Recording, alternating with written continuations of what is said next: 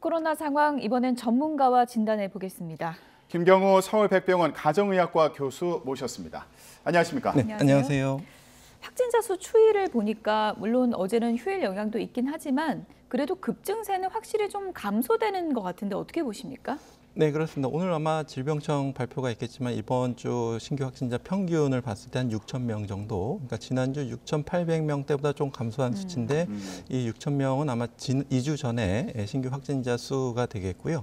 무엇보다도 60세 이상 어르신들의 확진자 수가 이번 주에 좀 많이 감소할 것 같아서 지난주에 14,000명 정도였는데 이번 주에는 아마 한 10,000명대로 많이 감소할 것으로 좀 예상이 돼서 60세 이상 어르신들의 확진자가 줄었다는 것은 그만큼 위중증이나 사망이 좀 적게 발생할 것을 시사할 수가 있겠는데요.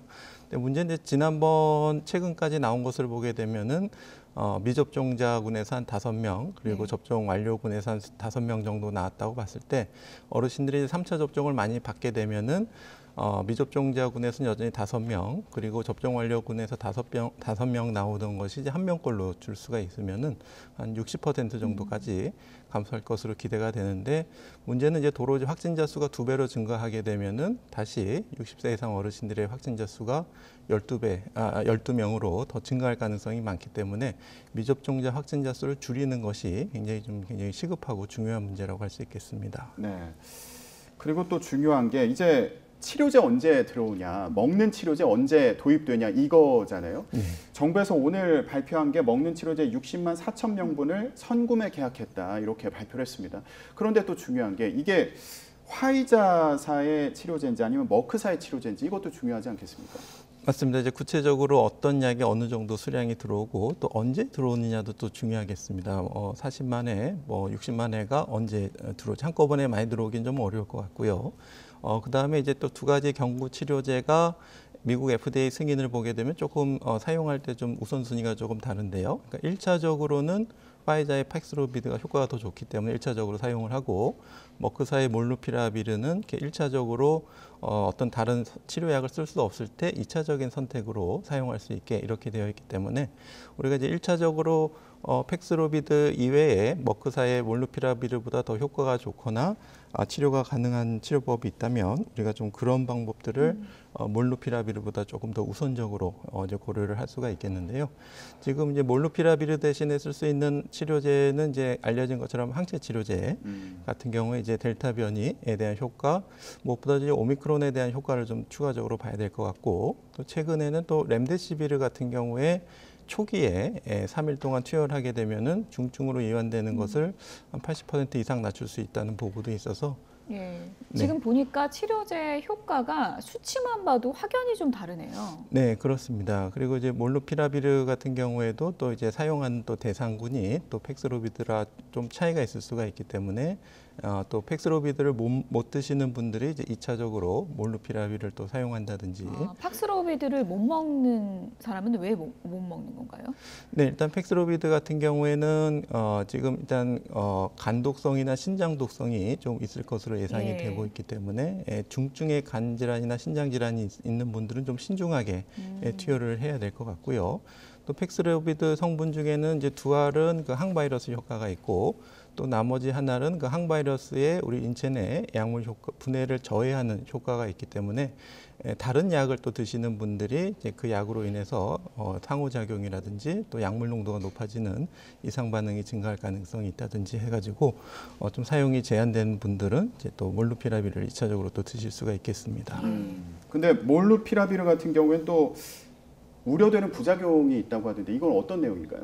네, 일단 몰누피라비르 같은 경우에는 아직 안전성이 확립되지 않은 분들이 이제 약 자체가 어떤 코로나 바이러스가 복제할 때 유전자 에러를 일으키는 작용을 하기 때문에 혹시 인체에도 좀 태아 독성이나 임신부에게 좀 위험할 가능성이 있어서 임신부에게는 굉장히 신중하게 사용할 수 있도록 하고, 태아 독성이 확인된 건 아니지만은 일단은 좀 금기까지는 아니고, 그다음에 이제 이득이 더 크다고 생각될 때는 의사의 판단하에 몰누피라비를 임신부에도 투약은 할 수 있지만 그래도 좀 꺼려질 수가 있겠고, 또 이제 가임기 있는 여성분들은 이제 약을 드시는 동안에 또 약을 먹고 나서 4일까지는 임신하시면 안 되기 때문에 철저한 예. 피임을 해야 되고 남성분들도 약을 복용하고 최소 3개월 이상은 피임을 해서 임신을 하지 않는 것을 권고하고 예. 있습니다. 치료제 뭐 부작용이나 도입 일정 같은 건 잠시 다시 한번 얘기해 보도록 하고요. 앞서도 저희가 전해드린 것처럼 확진자 수가 조금은 감소세로 접어들고 있습니다. 이번엔 취재 기자 연결해서 들어보겠습니다. 네, 취재 기자 연결합니다. 최명신 기자. 네, 최명신입니다. 네, 먼저 확진자 현황 짚어보겠습니다. 오늘은 4,000명대로 떨어졌네요. 네, 오늘 0시 기준 코로나19 신규 환자는 4,207명입니다. 휴일 영향으로 전날보다 1,200여 명 넘게 줄면서 4,000명대로 떨어졌습니다. 특히 일주일 전인 지난 월요일 발표와 비교하면 1,100명가량 줄었습니다. 확산세는 다소 주춤하지만 위중증 환자 수는 일주일째 1,000명대를 기록했습니다. 사망자는 55명 늘어서 누적 5,300명입니다. 신규 환자 감염 경로를 보면요. 국내 발생이 4,125명, 해외 유입 사례가 82명입니다. 국내 발생을 지역별로 보면 수도권에서만 2,853명으로 전체 69.2%를 차지해 여전히 유행을 주도하고 있습니다. 어제 오후 5시 기준 수도권 중환자 전담 병상 가동률은 하루 전보다 1.1%포인트 높아진 83.6%를 기록했습니다. 지역별로 보면 서울 중환자 병상 가동률이 83.2%, 경기 82%, 인천은 92.4%에 달했습니다. 남아있는 병상은 서울이 63, 경기 70, 인천은 7개로 수도권을 통틀어서 140개에 불과합니다. 전국 중환자 병상 가동률도 78.9%로 전날보다 1.2%포인트 높아졌습니다. 국내 오미크론 변이 감염자는 하루 사이 69명 늘어서 누적 445명입니다.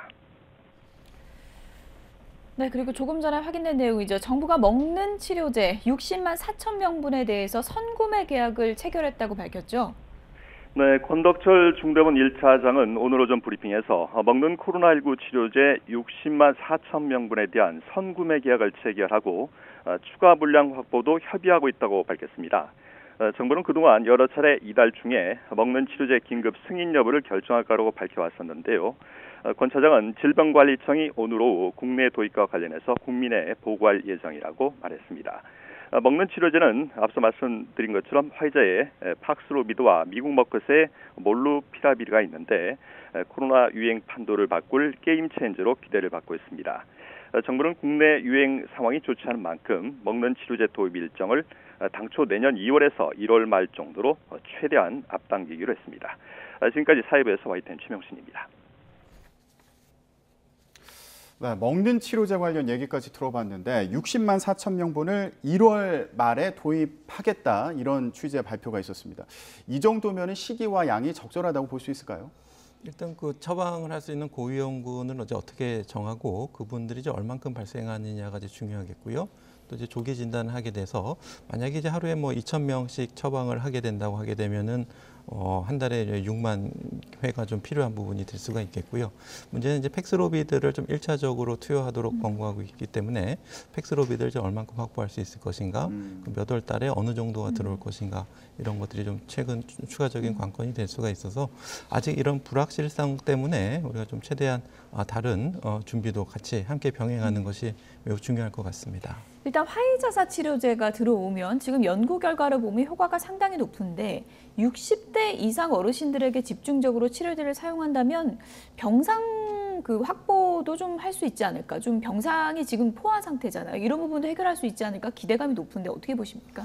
네, 그렇습니다. 이제 60세 이상 어르신분들이 이제 거의 뭐 100% 좀 조기 진단돼서 5일 이내 투여가 된다고 했을 때 10%까지 줄일 수 있게 되면은 병상 사용량을 이제 10분의 1로 줄일 수가 있겠고요. 이건 집에서도 그냥 알약으로 먹는 거니까요. 그렇습니다. 그렇죠? 처방 봐서 드셔야 되니까요. 근데 물론 이제 일부 좀 못 드시는 분들도 계실 수 있겠지만은 말씀하신 것처럼 고 어르신들이 고위험군들이 중증 병상을 차지하는 비율이 적게 되면은 의료 대응 체계가 훨씬 여유 있게 대응할 수가 있는데 문제는 확진자가 10배로 늘어나게 되면 다시 또 위중증 환자도 도로 현재와 같이 많이 발생하고 사망자 수도 많아질 수가 있기 때문에 우리가 좀 유행도 어느 정도 통제하고 특히 미접종자 어르신들을 좀 적극적으로 예방접종에 참여시켜서 이분들이 또 추가적으로 감염되거나 중증으로 진행되는 것을 막게 되면은 우리가 보다 의료 대응 체계를 여유 있게 가져갈 수 있을 것으로 예상이 됩니다. 네. 네. 확진자 수도 잘 관리를 해야 된다 이렇게 말씀해 주셨는데 지금 여전히 변수로 꼽히는 게 오미크론 감염자 숫자거든요.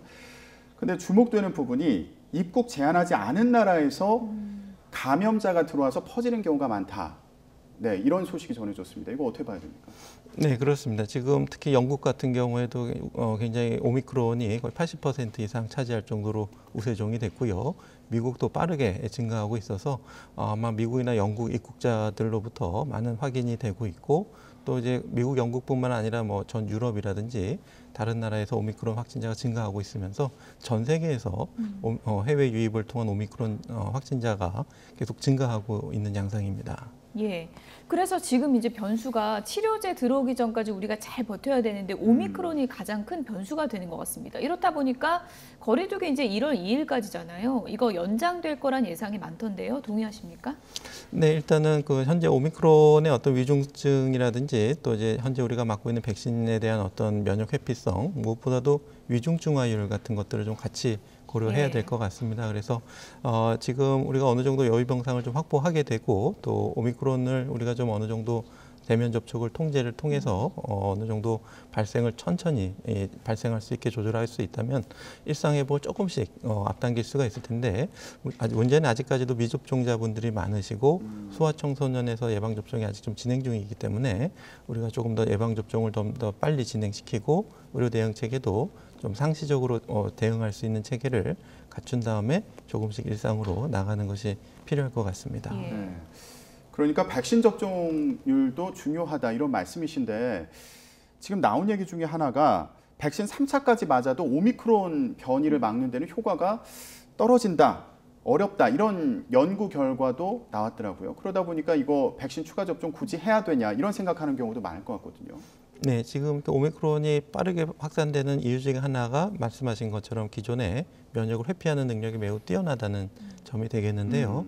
문제는 이제 면역 회피를 통해서 감염은 되지만 감염됐을 때 중증화나 사망으로 어느 정도로 진행할 것인가가 가장 관건이 되겠는데 현재 나온 결과로는 예방 효과는 좀 떨어지지만 3차 접종까지 했을 때 한 75% 예방 효과 정도 좀 낮을 것으로 기대가 되지만 문제는 이제 중증화나 이제 사망을 예방하는 효과는 매우 뛰어날 것이다 이렇게 예상을 하고 있고 아직 초기 자료이긴 하지만 오미크론이 유행하는 지역에서 어떤 감염됐을 때 중증화율을 보게 되면 예전에 한번 감염이 됐던 분들이라든지 아니면 예방 접종을 하신 경우에는 중증화로 진행될 가능성, 사망으로 진행될 가능성이 적기 때문에 일단 현재로서는 예방 접종을 하면서 대비를 하는 것이 매우 중요할 것 같습니다.